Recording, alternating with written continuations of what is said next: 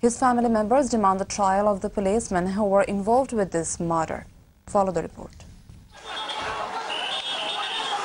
Bangladesh Jamaat Islami declared a nationwide demonstration program on last 5th November. During the program, Jamaat Shibir activists and police locked into clash in various places. Many Jamaat activists and policemen were injured in those clashes.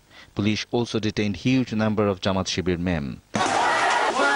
During such a clash in Jaipurhat, Shibir activist Bodu Jaman was injured severely as the police fired bullets hit on his head. After a 5-day battle against the Date, finally he embraced Date in a city hospital this morning. Police abar tear shell mare tokhon tear shell marar phole ei Bodu Jaman bhai ke lage matha ebong chokhe. Police fired tear shell that hit his head and eyes. Instantly he fell down. Police then came closer and attacked him with sticks.